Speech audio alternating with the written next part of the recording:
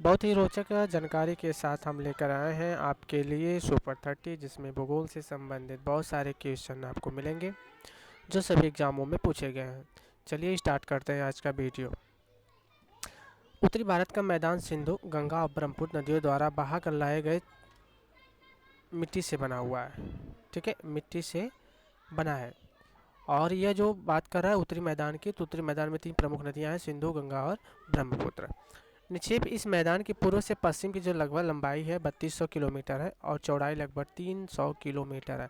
बात करें अगर उत्तर भारत के जो समतल मैदान है, उपजाऊ मैदान है, उसकी लंबाई 3200 किलोमीटर है और चौड़ाई 300 किलोमीटर है।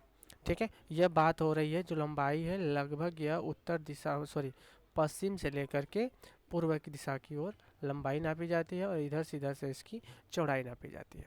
इस मैदान में 3 भाग में बांटा गया है, भाबर, तराई और जलोढ़ मैदान।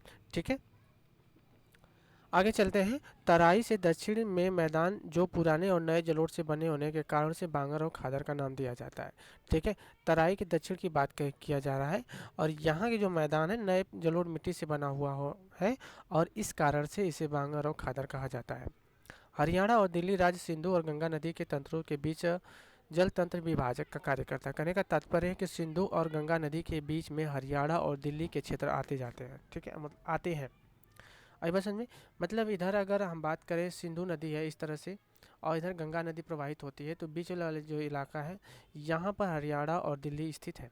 ठीक है, इस वजह से यहाँ पर दोनों नदियों के बीच में यह जल विभाजक का कार्य करते हैं। गंगा के मैदान का विस्तार गंगा और तीस्ता नदी के बीच में स्थित है।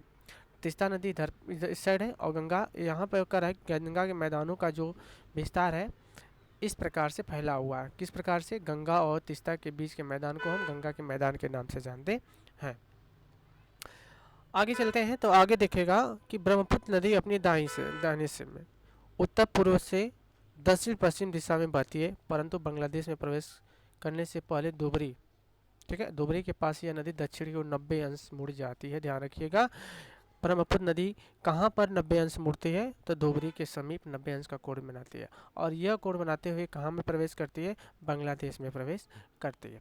ठीक है, महाराष्ट्र में सह्याद्री, कर्नाटक और तमिलनाडु में नीलगिरी के पर्वत, केरल में अन्नामलाई और इलायची जिसे कार्डोमोम पहाड़ियाँ भी कहते हैं यहाँ पर स्थित है। ध्यान से देखिएगा तो कह कि महाराष्ट्र में सह्याद्री है। सह्याद्री पहाड़ी कहाँ स्थित है? महाराष्ट्र में। ठीक है, नीलगिरी की पहाड़ी कहाँ स्थित है? कर्नाटक और तमिलनाडु में स्थित है नीलगिरी की पहाड़ी। ठीक है, नीलगिरी की सबसे ऊंची चोटी का नाम है दोदा बेटा।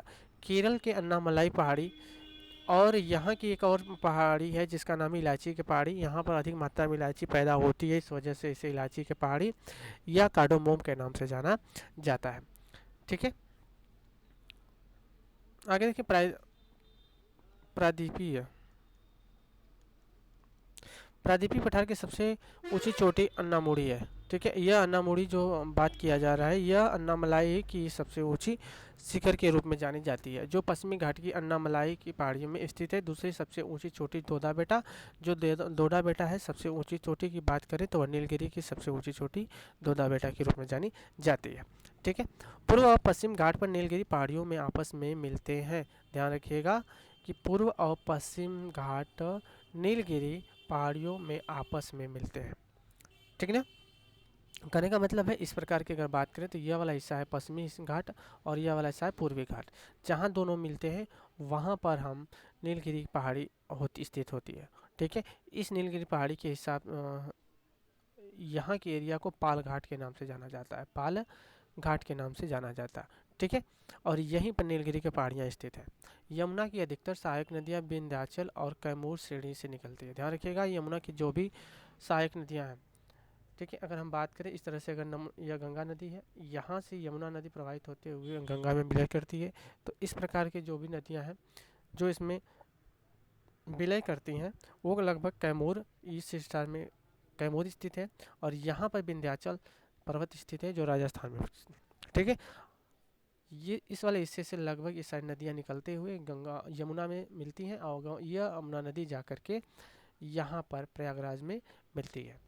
ठीक है, गंगा नदी के साथ आगे चलते हैं तो बनास चंबल एकमात्र मुख्य सहायक नदी है जो पश्चिम में अरावली से निकलती है। कहने का तात्पर्य है कि जो बनास नदी है, ठीक है, बनास नदी चंबल की एकमात्र प्रमुख सहायक नदी है।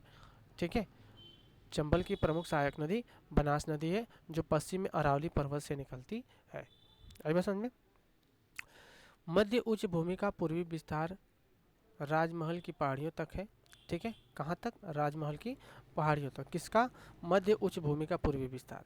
इसके दक्षिण में छोटा नागपुर का पठार स्थित है, जो खनिज पदार्थों का भंडार स्थित है। ठीक है।